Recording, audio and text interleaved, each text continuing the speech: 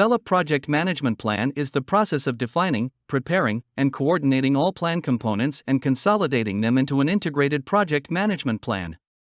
The key benefit of this process is the production of a comprehensive document that defines the basis of all project work and how the work will be performed.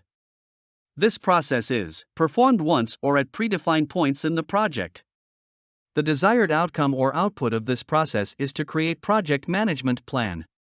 But how will we do it? Firstly, we need some inputs of the following. Project charter. We can have this after the first process in integration management during initiating phase by developing a project charter. The project team uses the project charter as a starting point for initial project planning. The type and amount of information in the project charter varies depending on the complexity of the project and the information known at the time of its creation.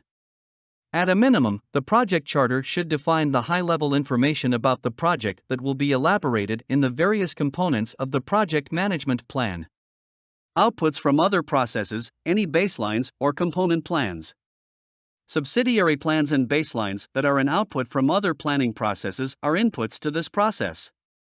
In addition, changes to these documents may necessitate updates to the project management plan. These are and not limited to the following: scope, requirements, schedule, cost, quality, resource, communication, risk, procurement and stakeholder management plans along with scope, schedule and cost baselines. Other components may be included: change and configuration management plan, performance measurement baseline, project lifecycle, development approach and management reviews. Enterprise environmental factors. Organizational process assets.